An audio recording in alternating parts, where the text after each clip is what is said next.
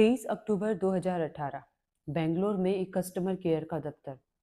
7वीं मंजिल पर कुछ कर्मचारी बैठे हुए हैं। रात के लगभग 12 बज रहे हैं। तभी एक पियोन ऊपर आता है। एक कर्मचारी को कहता है कि आपसे मिलने कुछ लोग आए हुए हैं। रात के 12 बजे। लेकिन वो सोचता है कि उससे लोग मिलने आते रहते हैं, तो किसी को अब इतनी रात को समय मिला होगा, जाकर मिलाता हूँ। जैसे ही वह नीचे पहुंचता है, ऑफिस में देखता है 2 लोग बैठे हुए हैं। उनमें से एक खड़ा होकर कहता है, हेलो तरुण। उसने ये नाम सुना था कि वह एकदम से सक पका गया। ये नाम जो पिछले 15 सालों से किसी को नहीं पता था। और ये कैसे जानता है? जब उसने हाथ बढ़ाया तो उस कर्मचारी ने भी अपना हाथ आगे कर दिया। उसने उसकी उंगली टटोली, देखा वो उंगली टूटी हुई थी।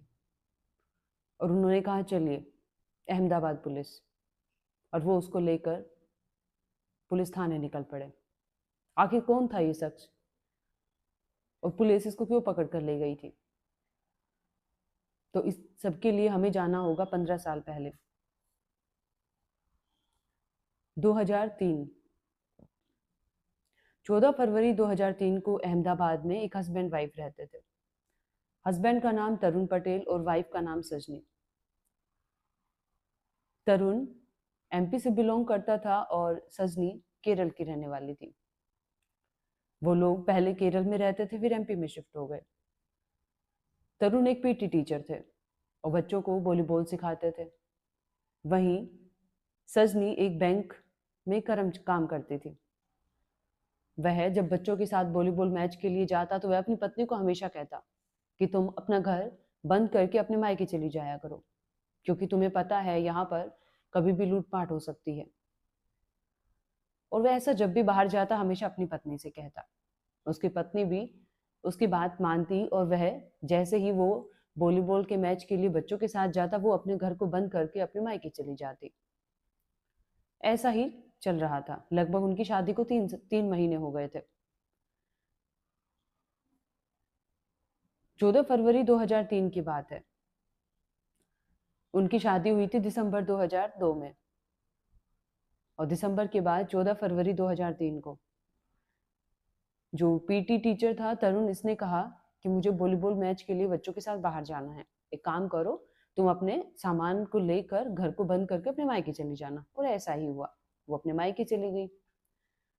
उसके पिता ने सजनी के पिता ने उससे पूछा, बेटा घर में सब ठीक तो है ना? क्योंकि माता पिता को थोड़ी चिंता हो जाती है। उसने कहा, हाँ ऐसा कुछ भी नहीं है। और उसने अपने पिता से कहा कि आप मुझे कुछ पैसे दे दीजिए, मेरी गाड़ी में पेट्रोल खत्म हो गया। उसके पिता को एक बार तो लगा कि पैसे मुझसे क्यों मांग रही है। उसने फिर से पूछा कि बेटा सब ठीक तो है ना? उसने कहा, हाँ पापा ऐसी कोई बात नहीं है। और वो सजनी अपने घर पर आ गई। उसके परिवार वालों ने जब बार बार सजनी को फोन किया तो उसने फोन नहीं उठाया। तरुण ने फोन करके उनको बताया कि मेरे पीछे से घर में लूटपाट हो गई और किसी ने लूटपाट के इरादे से सजनी की हत्या कर दी। सजनी को हॉस्पिटल ले जाया गया। देखा कि उसके गला घोट कर हत्या कर दी गई। सामान घर में बिखरा हुआ था, जैसे चोरी हो गई हो। उधर जब तरुण को पता चला तो उसका रोकर बुरा हाल था। तरुण की तबीयत इतनी ज्यादा खराब हो गई कि उसके अंतिम संस्कार में भी, अपनी पत्नी के अंतिम संस्कार में भी वह शामिल ना हो सका। सजनी की मौत के 48 घंटे बाद पुलिस वहां पर आती है, चेक करती है कि कैसे क्या हुआ। पूरा मामला लूटपाट का दिखाई देता है। पुलिस जांच करती है, पुलिस को कुछ भी नहीं मिलता है। 48 घंटे बाद पुलिस के पास एक फोन कॉल आता है तरुण के भाई का। वह पुलिस को बताता है कि तरुण हॉस्पिटल से गायब है। पुलिस तुरंत गाड़ी लेकर हॉस्पिटल पहुंचती है। वह देखती है तरुण वहां पर है ही नहीं। अभी बात मीडिया में फैलने लगी। पुलिस के ऊपर दबाव पड़ने लगा कि आखिर उन्होंने तरुण को अकेला क्यों छोड़ा। जो संदिग्ध की लिस्ट में था उस पर नजर तो रखी जानी चाहिए थी। उधर तरुण गायब हो चुका था। पुलिस ने काफी कोशिश की, लेकिन तरुण का कोई अता पता नहीं चला। धीरे धीरे समय बीत रहा था। पुलिस सादे कपड़े में तरुण के घर की निगरानी करती।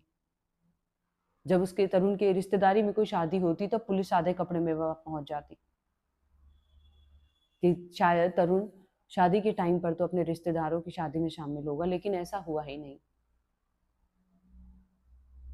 ऐसे धीरे धीरे 3 साल गुजर गए। 2003 से 2006 आ गया। उस समय गुजरात के मुख्यमंत्री नरेंद्र मोदी जी थे।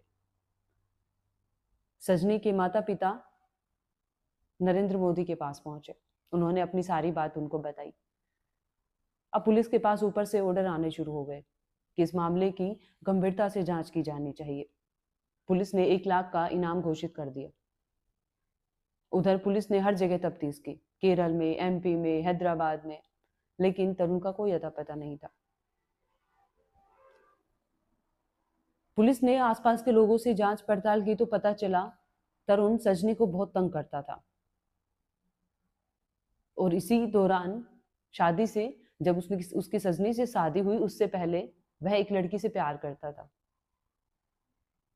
अब पुलिस उस लड़की तक पहुंची। पूछताछ में पता चला कि 16 दिसंबर जब तरुण हॉस्पिटल से भागा था, तब उसने उस लड़की से बात करने की कोशिश की थी और कहा था कि क्या तुम मुझसे शादी करोगी। लेकिन तब तक उस लड़की को पता चल चुका था कि तरुण ने अपनी ही पत्नी का मर्डर कर दिया है, तो उसने उससे शादी करने से मना कर दिया। अब पुलिस ने उस लड़की से कहा कि अब जब भी तुमसे वो बात करने की कोशिश करे, तुम पुलिस को इन्फॉर्म करना। उस लड़की ने कहा ठीक है। अब पुलिस को ये तो पक्का हो गया था कि ये मर्डर किसी और ने नहीं, तरुण ने ही किया है, लेकिन वो तरुण को कहां से ढूंढ कर लाए। 2003 से 2006, 2006 से 2009, 2009 में तरुण के पिता की डेथ हो गई। लेकिन उससे पहले, जब तरुण के पिता की डेथ हुई, उससे पहले वह अपने परिवार से मिलने गया था। ये बात पुलिस को पता चली। जब उसके पिता को पता चला कि तरुण ने अपनी ही पत्नी का मर्डर किया है, तो हार्ट अटैक से उसके पिता की डेथ हो गई। पुलिस वहां पर भी सादे कपड़े में पहुंची कि शायद तरुण यहाँ पर आए, लेकिन वो वहां पर भी नहीं आया। अब धीरे धीरे अफसरों के तबादले होते गए। हर महीने में जब भी कोई केस की बातें होती तो इस केस के बारे में जरूर डिस्कस किया जाता, लेकिन तरुण का कोई अता पता नहीं था। अब 2003 से 2016 उसकी माँ एमपी में रहने चली गई। उसका भाई हैदराबाद में रहने लगा। अब 2016 से 2018 आ गया। तरुण का कोई अता पता नहीं। लेकिन उस बीच पुलिस ने क्या किया, तरुण के घर के जितने भी नंबर थे, आस पड़ोस के, रिश्तेदारों के, सबके नंबर सर्विलांस पे लगा दिए, अपनी रडार पर रखे। तरुण की माँ किससे बात करती है, और उसके भाई, उसकी बहन, सबके नंबर रडार पर लगाए। वो जब भी वो बात करते किसी से, वो हमेशा पुलिस उनकी बातों को सुनते, लेकिन कहीं भी ऐसा क्लू नहीं मिला कि कोई तरुण है जो उस घर से कॉन्टेक्ट बनाए हुए हैं। बीच बीच में पता चलता है कि उसकी माँ कहीं गई हुई है। पुलिस उसका पीछा करती, लेकिन तरुण का वहां पर भी कोई अता पता नहीं। अब पुलिस भी इस केस को धीरे धीरे समझने लगी कि तरुण शायद मर गया होगा। तरुण की माँ के नंबर पर जब भी फोन आता, पुलिस हमेशा उनकी बातों को सुनती, लेकिन ऐसा कोई भी सुराग नहीं लगा जिससे ये पता चल सके कि किसी भी नंबर से तरुण फोन कर रहा है। तभी पुलिस ने देखा कि एक दिन तरुण की माँ के फोन पर एक लैंडलाइन से फोन आया है। ये फोन कहां से आया? जांच में पता चला ये बेंगलोर से कस्टमर केयर के ऑफिस से फोन आया। लेकिन ये कौन हो सकता है? क्यों ना इसकी जांच पड़ताल की जाए। पुलिस पहुंची। पुलिस ने इस कस्टमर केयर से के जो अधिकारी हैं, एचआर हैं, उनसे अपने कर्मचारियों की लिस्ट मांगी कि आप अपने कर्मचारियों की लिस्ट भेज दीजिए। एचआर ने पूरे कर्मचारियों की लिस्ट भेज दी। ये लॉ एंड ऑर्डर के अकॉर्डिंग कि भाई हम कानून को मेंटेन करना चाहते हैं, तो हमें नॉर्मल जानकारी चाहिए। अगर वो बताते कि हमें किसी आपके कर्मचारी के बारे में जानना है, तो हो सकता है वो अलर्ट हो जाता। पुलिस के पास जैसे ही सूची आई, उन्होंने नाम देखा, तरुण पटेल का कोई नाम नहीं है। लेकिन उसमें से एक नाम था, प्रवीण। ये नाम पुलिस ने पहले सुना हुआ था, लेकिन कहां? पुलिस ने रिकॉर्ड खंगाले तो पता चला तरुण की माँ इस प्रवीण से बातें करती है, इसकी पत्नी से बातें करती है। और इसके 2 बच्चे भी हैं। आखिर ये प्रवीण है कौन? पुलिस की एक टीम बेंगलोर पहुंची, कस्टमर केयर ऑफिस। जब 23 अक्टूबर 2018 को जब बेंगलोर में कस्टमर केयर ऑफिस में जब वो 7th फ्लोर पर वो कर्मचारी बैठा हुआ था, पियोन उसको बुलाने गया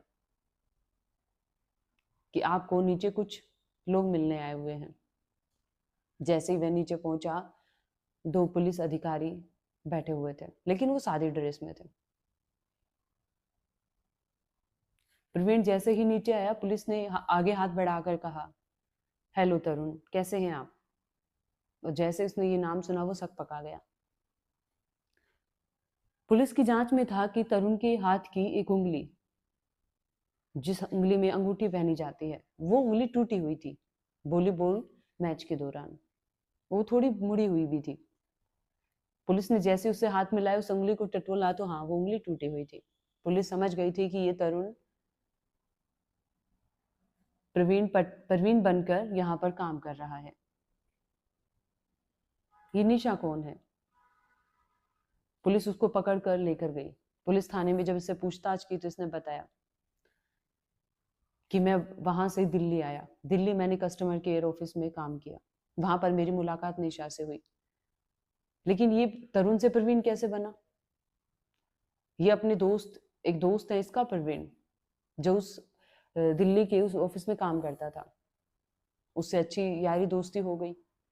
तो उसने उसका आधार कार्ड, पैन कार्ड और बाकी जो ओरिजिनल डॉक्यूमेंट्स थे उनको स्कैन किया, उनकी जगह अपनी फोटो लगाई, नाम सब कुछ सेम लेकिन फोटो अपनी, और वह उनसे हमेशा उनका ही इस्तेमाल करता। और अब वो तरुण से प्रवीण बन चुका था। वह निशा से भी इसी ऑफिस में मिला।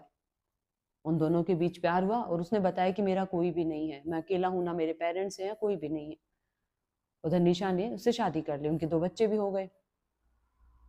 और वह तो 15 साल से आराम से बेंगलुरु में काम कर रहा था। पुलिस उसकी मां को पकड़ कर लाई।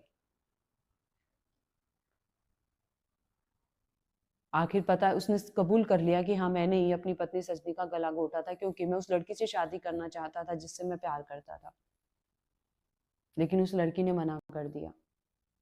और किस तरह वो दिल्ली से एमपी, एमपी से यूपी से होता हुआ वह बेंगलुरु पहुंचा, और अब वह तरुण बनकर वहां पर पिछले 15 सालों से काम कर रहा था।